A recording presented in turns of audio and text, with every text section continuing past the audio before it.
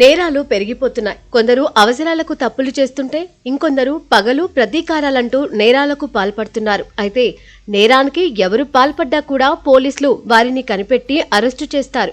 ఇలాంటి సమయంలో నేరస్తులు తప్పించుకునేందుకు నానా ప్రయత్నాలు చేస్తూ ఉంటారు. కారుల్లో చేజింగ్లు, రన్నింగ్లు వంటివి జరుగుతూ ఉండేవే.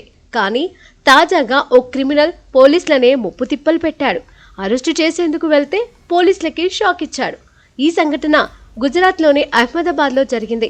పలు కేసుల్లో వాంటెడ్ క్రిమినల్గా ఉన్న అభిషేక్ అలియాస్ షూటర్ను పట్టుకునేందుకు గత కొంతకాలంగా పోలీసులు ప్రయత్నిస్తున్నారు. అయితే అతను శివాం ఆవాస్లో ఉన్నట్లు పోలీసులకు సమాచారం అందింది. వెంటనే క్రైమ్ బ్రాంచ్ పోలీసులు అలర్ట్ అయ్యారు. ఆ లొకేషన్కు వెళ్లారు. అభిషేక్ ఇంట్లో కూర్చొని గడియ పెట్టుకున్నాడు. ఎంత డోర్ కొట్టినా తెరవలేదు. కాసేపటికే పోలీసులను గ్రహించిన అభిషేక్ పారిపోవాలని ప్రయత్నించాడు.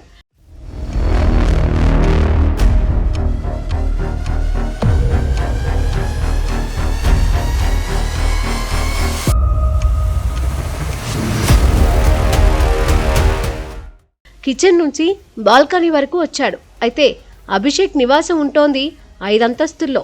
అంత ఎత్తులో ఉన్న బాల్కనీలోకి వెళ్లడంతో పోలీసులు కంగారు పడ్డారు. బాల్కనీ అంచున నిలబడి పోలీసులు తన దగ్గరికి రావద్దని చెప్పాడు. ఒకవేళ కాదని వస్తే మాత్రం అక్కడి నుంచి కిందకు దూకి చనిపోతానంటూ బెదిరించాడు. అరెస్టు చేస్తే తాను ఆత్మహత్య చేసుకునేందుకు వెనుకాడనని పేర్కొన్నాడు అభిషేక్. పోలీసుల ట్రీట్మెంట్ ఎలా ఉంటుందో తనకు తెలుసునని, దారుణంగా ప్రవర్తిస్తారని చెప్పుకొచ్చాడు. అందుకే పోలీసులకు లొంగిపోవడం కంటే చచ్చిపోవడమే మేలన్నాడు. ఇక అభిషేక్కు నచ్చజెప్పి క్షేమంగా కిందకు దింపేందుకు పోలీసులు ప్రయత్నించారు. కానీ అతను ఏమాత్రం వినలేదు. ఈ తతంగాన్ని గమనించిన స్థానికులు పెద్ద ఎత్తున అక్కడ గుమిగూడారు. చివరకు ఫైర్ సిబ్బంది కూడా అక్కడికి వచ్చారు. అభిషేక్ తనంతట తాను కిందకు రాకపోవడంతో వలల సహాయంతో అదుపులోకి తీసుకున్నారు.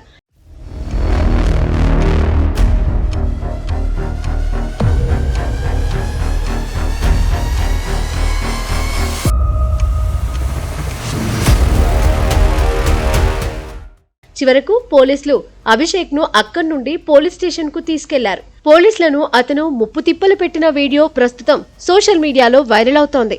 నెటిజన్లు రకరకాలుగా కామెంట్స్ చేస్తున్నారు. ఇతనేంటి ఇలా ఉన్నాడంటూ రాసుకొస్తున్నారు. అయితే అహ్మదాబాద్ తూర్పు జిల్లాలోని పలు పోలీస్ స్టేషన్లలో అభిషేక్ పై పలు నేరాభియోగాలు ఉన్నాయని ఉన్నతాధికారులు చెప్పారు.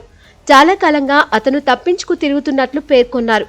ఆయా కేసుల్లో దర్యాప్తు తర్వాత ఇతర విషయాలు వెల్లడిస్తామని పోలీసులు తెలిపారు.